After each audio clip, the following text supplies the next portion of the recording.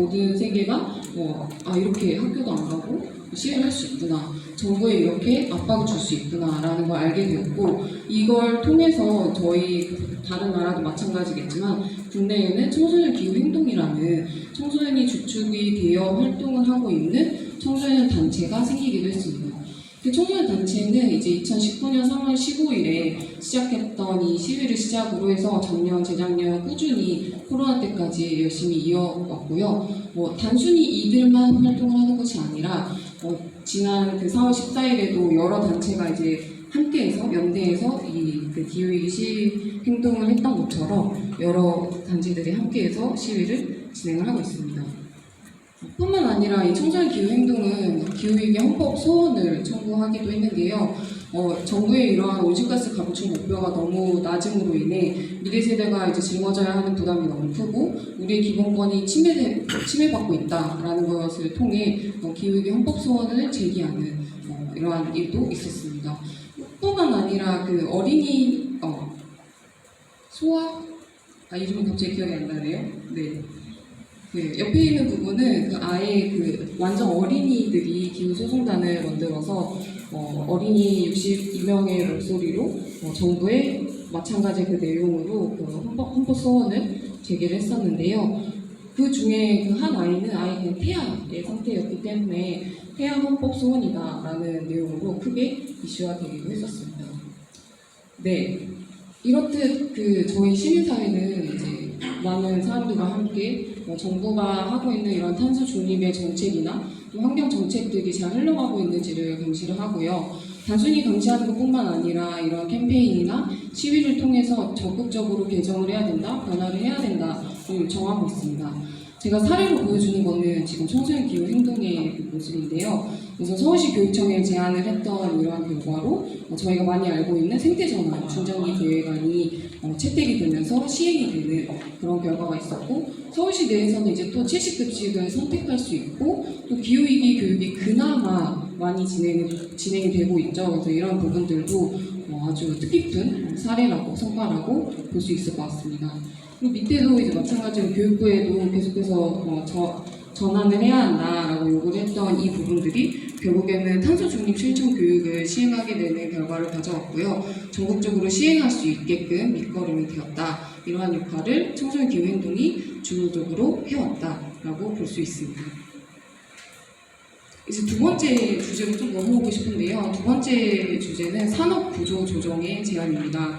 좀 간단하게 좀 쉽게 설명을 하자면 기업들이 되도록이면 탄소 배출을 적게 하면서 친환경적인 사업 구조로 좀 변경하는 것을 시민사회가 요구하고 이런 변화들이 일어나고 있는데요. 대표적인 사례가 저는 플라스틱 어택이라고 생각을 해요. 들어보셨나요? 플라스틱 어택? 네. 과도한 이제 플라스틱을 사용을 해서 우리가 과대포장된 그런 플라스틱 제품들을 사게 되잖아요. 저희가 산 게 플라스틱이 아니었는데 플라스틱까지 같이 왔어요 라는 그러한 내용들을 우리는 플라스틱 어택이라는 활동으로 시민사회에서 진행을 하고 있습니다.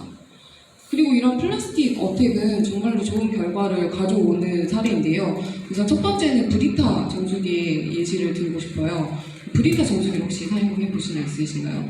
너무 환경적이고 다른 전기를 사용하지 않는다는 장점이 너무 커서 이 브리타 정수기를 많이 사용을 했는데, 필터를 정기적으로 교체해주면서 이게 쓰레기가 발생이 됐는데 이게 또 재활용이 되지 않아서 일반 쓰레기로 버려야 된다라고 하니까 사람들이 이제 열이 받은 거죠.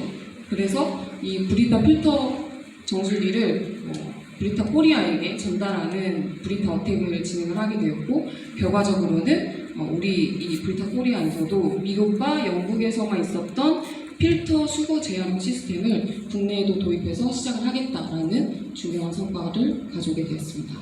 두 번째로는 파리바게트 빵칼 어택이에요. 파리바게트에서 이제 롤케이크를 사면 롤케이크나 이제 다른 빵을 사면 이게 빵칼을 주는 경우가 있거든요. 그런데 물어보지 않고 무조건 주는, 너무나 당연시하게 플라스틱 제품을 주는 그러한 일들이 있었는데, 받고 싶지 않은 사람들이 있고 필요하지 않은 사람들이 있었던 거죠. 그래서 이 부분을 이제 빵칼 열심히 모아서 파리바게트에 전달을 하게 되었고, 그 결과 파리바게트에서도 요청하면 주는 것으로 전환을 하게 되었습니다. 그리고 마지막은 이제 내장이 된 플라스틱 트레이에 대한 변화예요. 저희가 주로 먹는 이런 과자나 김, 조미김 또는 뭐 우동이나 떡볶이 같은 것들을 보면 내장된 안에 트레이 플라스틱이 있습니다. 그래서 이 환경운동연합을 비롯한 시민단체가 연구를 해봤어요. 과연 이게 이 트레이가 있음으로 인해 정말 이 과자나 조미김이 잘 안전하게 보존이 되느냐, 정말 안전하느냐, 꼭 있어야 하느냐를 이제 실험해봤는데 아니었던 거죠. 없어도 잘 되고, 네, 마찬가지로 오염 끼치지 않고 먹었을 때 완전한 제품으로 저희가 섭취가 가능했던 거죠. 그래서 그러한 부분에 있어서 기업에 한 6가지 정도 되는 그런 기업에 이제 제안을 하게 되었고, 그 결과 여기에 보여지는 이 과자 제품들만은 안에 트레이가 삭제되었습니다. 네, 생략되었습니다. 그래서 저는 되게 중요한 시점이었던 것 같고, 시작의 운동이었던 것 같고, 시민사회가 정말 적극적으로 딱 보여줘서 제품을 생산할 때부터 아예 이 공정 시스템에서 플라스틱 쓰레기를 양산하지 않는 그런 중요한 결과를 이끌어냈다고 보고 있습니다. 그리고 마지막으로는 이제 개개인의 실천에 대해 좀 이야기를 해보고 싶은데요. 여기에서 첫 번째로 이야기하고 싶은 것은 바로 제비의 삶입니다. 이거는 서울환경연합에서 진행을 하고 있는 온라인 캠페인인데요. 제로웨이스트와 비건을 줄여서 제비의 삶이라고 해서 우리가 좀 일상에서 가장 많이 접하고 있는 쓰레기 문제, 그리고 공장식 축산에 대한 그런 문제로 인해 저희가 아까 이 친구처럼 채식을 실천을 하기도 하잖아요. 그래서 그러한 것들을 단계별로 잘 녹아넣어서 미션을 하나씩 수행을 하게 되면 성장할 수밖에 없는, 저절로 환경적인 그런 삶이 될 수밖에 없는 그런 온라인 캠페인입니다. 두 번째로 소개하고 싶은 것은 바로 이 류준현 씨가 함께했던 용기 내 챌린지이고요. 그린피스에서 처음 시작을 하였고 유준현 씨도 직접 참여를 해서 더 이제 확산이 많이 되었는데, 저희가 이제 일회용 플라스틱이나 이제 비닐 같은 것들을 좀 배달 음식 시킬 때 많이 쓸 수밖에 없잖아요. 근데 그런 부분들을 개인 용기를 지참을 해서 되도록이면 사용하지 않는 것을 용기 내 챌린지라고 부르고 하나씩 시도해 보게끔 이렇게 권장을 하고 있습니다. 그런데 되게 마음이 힘들어요. 저도 이제 해보았는데 개인 용기를 지참해서 뭔가를 사러 가는 게 되게 부끄럽거든요. 왜 그런지 모르겠지만. 그래서 그런 것 때문에 이제 너무 힘드니까 사람들이 용기 내서 용기 내라는 그런 슬로건으로 이 캠페인을, 챌린지를 즐겁게 하고 있습니다. 그리고 마지막으로는 저희 환경재단에서 진행을 하고 있는 지구수단 캠페인인데요. 여러분들이 주로 알고 있는 그런 플로깅 활동과 동일하다고 보시면 되는데, 근데 단순히 저희 재단은 이 플로깅 활동만 진행하는 것이 아니라, 그러니까 개인이 쓰레기를 줍는 활동만 진행하는 것이 아니라 지역의 곳곳에 흩뿌려져 있는 그런 풀뿌리 단체나 또는 청소년 시설의 그 청소년 모임을 또 지원을 하고 있어요. 그래서 그러한 친구들이 지속적으로 쓰레기를 잘 줍고, 쓰레기를 줍는 것뿐만 아니라 모니터링도 하고 관련된 캠페인이나 환경 교육을 적극적으로 진행하는 데 저희가 도움을 드리고 또 지원 활동을 하고 있습니다. 여기까지가 이제 시민사회가 주도적으로 해서 이제 열심히 기후위기에 대응을 해서 하고 있는 활동을 소개해 드렸는데요.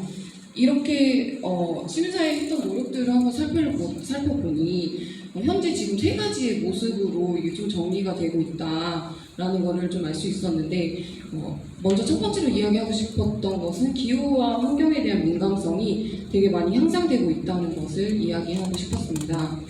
이전에는 아동 청소년 대상으로 하는 환경 교육을 하는 곳이 환경단체였어요. 저희 그 환경재단과 같은. 그런데 요즘은 세이브 더 칠드런을 비롯해서 모든 아동복지 기관이라든지 또는 국제구호를 했던 기관이라든지 아니면 심지어 도서관이나 일부 지역센터와 지역아동센터와 청소년시설마저도 기후환경에 대한 주제를 자신들의 활동의 목표나 또는 사업의 방향성으로 설정을 하고 있습니다. 그래서 확실히 비교해 보면 제가 이제 재단에 입사한 지가 이제 5년이 좀 안 됐는데 5년 전과 비교해서 지금을 보면 정말 많은 문의가 오고 있는데 문의가 온 대다수가 기관입니다. 기관이에요. 그래서 왜 그거를 고민하세요? 라고 물어보고 싶지만 당연히 그쪽에 새로운 과제로 이제 설정이 된 상황이기 때문에 정말 모든 것들이 이제 이 기후와 환경에 대해서 이야기를 하고 있지 않은 것이 없구나라는 것이 현재의 흐름인 것 같고요. 두 번째로는 제가 정책 제안의 사례로 보여드렸던 그런 청소년 기후 행동처럼 청소년들이 직접적으로 이 행동의 주축이 되어 활동을 하고 있는 것 같아요. 이전에는 저희의 모든 기관들이 어른들이 좀 먼저 세팅해 놓은 것에 청소년들이 참여하는 그런 방식이었다면 청소년 기후 행동을 그 행동 단체의 시작으로 모든 그런 아동의 활동들이 이제는 아동이나 어린 청소년들이 직접적으로 먼저 활동을 해서 주주적으로 행동을 하는 그런 양상으로 많이 바뀌었다. 그리고 이러한 부분들은 저희가 아동권리에서 아동 생고별참이어서 참여권을 많이 증진시키고자 노력을 했었는데 이게 되게 어렵잖아요. 그런데 이제는 좀 저절로 아이들이 먼저 나서서 하고 있다. 이러한 부분들은 어른들에게 좀 반성이 되겠지만 아이들의 입장에서는 정말 아이들이 아동 권리를 주체적으로 잘 찾아가는 시점이구나 라고 볼 수 있겠습니다. 그리고 세 번째로는 시민사회 연대가 확장이 되었다라는 내용인데요. 이전에 환경운동이라고 하면 환경단체들이 주로 이제 활동했었죠. 저희들의 몫이었어요. 근데 지금은 이제 청소년 기후행동을 비롯해서 청소년, 노동, 과학, 교육 전 부분의 모든 사회기관들이 합심을 해서 연대를 해서 시위를 비롯해서 캠페인까지 이어오는 그런 활동을 하고 있습니다. 이게 그런데 되게 긍정적으로 보여지면서도 보여지는 그 활동의 모습이라고 저는 생각을 하는데요. 단순히 이게 왜 그럴까를 고민했을 때 이 기후 위기의 문제는 그냥 환경의 문제로만 딱 이렇게 보는 것이 아니라 사회의 불평등한 이 구조적인 문제가 있고 산업이나 정부 자체의 그런 구조적으로 잘못된 문제가 분명히 녹아들어 있기 때문에 전반적인 사회의 그 주제로 우리가 서로서로 다루면서 서로서로 보완해주고 도와주는 그러한 위치가 되었다, 상황이 되었다로 볼 수 있을 것 같습니다. 네. 그럼 이제 마지막으로 어린이 청소년의 입장으로 좀 넘어와 보고자 하는데요. 이번에는 고등학교 백과사전 한번 찾아보았는데 저희는 이제 항상 보면 여러 모습의 시민이었던 것 같아요. 또는 시민이 되고자 했고 그 노력을 통해 우리는 이제 시민이 점점 되어 왔는데 최근에 제가 이제 그 영세이버를 하면서 최근이 아니죠. 10년 전에 죄송합니다. 네, 영세이버를 하면서 이제 그때 가장 많이 들었던 이유는 우린 지구시민, 세계시민이다라는 이야기를 들었어요. 그리고 저는 세계시민이 정말 전 세계의 모든 세계, 나와 이 세계가 이어져 있음을 이해하는 것, 이건 정말 처음이자 마지막이다. 더 이상의 시민은 없겠다라고 생각을 했는데 아니었습니다. 저희들에게는 또 다른 시민이 되어야 했고 시민성을 요구하고 있는데 그게 바로 기후시민입니다. 이제 우리는 좀 기후시민이 되어야 한다라는 이야기를 좀 많이 하는데요. 기후시민이란 좀 자신이 주변에 있는 이 기후환경 문제에 대해서 좀 잘 이해를 하고 있고 또 일상생활 방식에서 최대한 개인적 실천을 많이 해서 개인적으로 책임을 다하는 사람, 이런 사람을 우리는 기후시민이라고 합니다. 또는 저희에게는 투표권이 있기 때문에 정부나 정책의 흐름을 좀 보고 이러한 사람들이 어떠한 활동을 하고 있으며 어떠한 방향으로 정책을 세워나가고 탄소 중립을 위해 노력을 하고 있는지를 보고 투표를 하는 유권자이기도 합니다. 그리고 세 번째로는 저희는 소비자예요. 저희 아까 그 플라스틱 어택 보셨죠? 우리가 지속 가능한 소비를 생각하고 가치 있는 소비를 제한한다면 기업의 산업에 대한 그런 구조적인 문제들을 좀 전환할 수 있는 그런 힘을 가지고 있는 게 기후시민입니다. 그런데 저는 아동의 입장에서 좀 생각을 해봤더니 좀 씁쓸하더라고요. 어린이들은, 청소년들은 과연 기후시민이 될 수 있을까? 책임자라고 하기에는 피해자에 더 가깝죠. 아무래도 앞으로 더 살아가야 할 날이 정말 많은 이 친구들이 책임을 져야 하는 게 너무 많은 피해자가 아닐까라는 생각을 했고, 유권자일까요? 만 18세 미만의 투표권이 생긴 지가 정말 별로 되지 않았고 이제 한 번 해봤습니다. 너무 적죠. 그런데 유권자라고 볼 수 있을까? 라는 생각이 들고, 또 세 번째로는 소비자로 볼 수 있을까? 저 또한 이제 저는 이제 직장인이라 뭔가 경제적으로 활동하는 게 정말 자유롭지만 우리 어린이 청소년들은 이런 경제적인 부분에 있어서의 많은 제한이 있잖아요. 그렇기 때문에 정말 기후 시민이 될 수 있을까라는 고민이 많이 되었던 것 같아요. 그런데 요즘 정말 많은 시민사회 전문가분들이 그리고 전 세계적인 그 흐름상 우리는 이제 기후 시민이 되어야 하고 기후위기 대응에 앞장을 서야 하고 그러한 부분에 있어서 실천을 늘 강조를 해왔고 아동 청소년도 또한 그 범위에 벗어나지 않고 해당이 된다라고 생각을 하고 있습니다. 그런데 기후 시민 생각했을 때는 약간 씁쓸한 부분이 없지 않아 있는 것이죠. 그래서 저희 환경재단의 어린이환경센터는 작년에 좀 많은 고민을 하였고 어린이날 제정 100주년 기념의 해를 맞이해서 정말 기후시민이 되었으면 하는 이 아이들이 여러 가지의 그런 권리가 있는데 이게 유엔 아동권리 협약에 있는 그 기존의 아동권리에는 다 담아내지 못하더라고요. 그래서 그러한 부분들을 조금 더 고민을 해서 저희가 우선 저희 재단에서 하고 있는 활동을 좀 고려를 해서 이 아동의 환경권을 좀 정리해서 공표를 해보았고요. 저희가 진행하는 모든 그런 활동에서는 이 부분들을 고려하고 있습니다.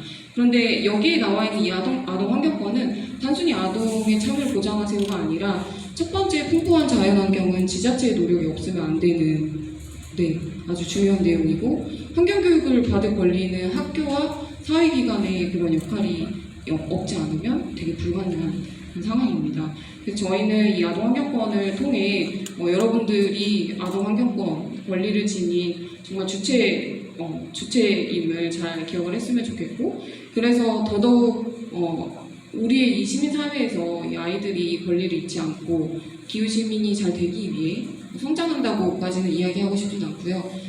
이미 기후시민이지만 앞으로도 좋은 기후시민이 될 수 있게 하기 위해 저희 시민사회가 많이 노력을 해야겠다라는 이야기로 마치려고 합니다. 네, 감사합니다.